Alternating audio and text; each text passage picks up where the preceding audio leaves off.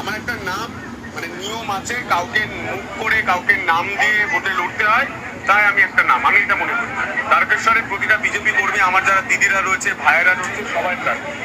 এই লড়াইটা আমার লড়াই, একার লড়াই নয়, এই লড়াইটা পদ্মফুলের লড়াই। মমতা বন্দ্যোপাধ্যায়, অভিষেক বন্দ্যোপাধ্যায় নয়।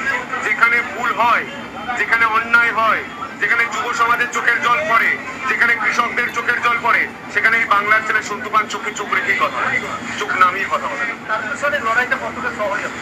হ্যাঁ, তারকেশ্বরের লড়াই কি? তারকেশ্বর জেতা।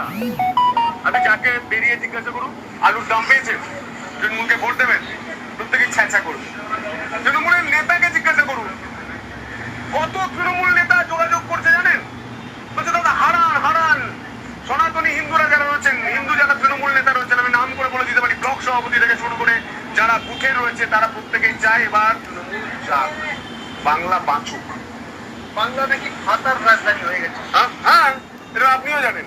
যুব সমাজের চাকরি হয়েছে, জিজ্ঞাসা করুন কার চাকরি হয়েছে। 2011 চাকরি হয়েছে, হয়নি। তারকেশ্বরে কৃষকরা আলুর দাম পায়নি।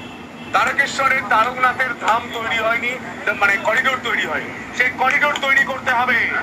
তারকেশ্বরে একটা ভালো হাসপাতাল নেই, তারকেশ্বরে একটা ভালো কলেজ নেই, রাস্তাগুলো দেখুন সরু সরু রাস্তা, ড্রেনেজ সিস্টেম নেই, লাইট নেই। গ্রাম বাংলা থেকে শুরু করে শহর চারিদিকটা ঘুরে চলে আসুন, সিসিটিভি মোড়া নেই। এই কাজগুলো করার জন্য পদ্মফুলই যথেষ্ট।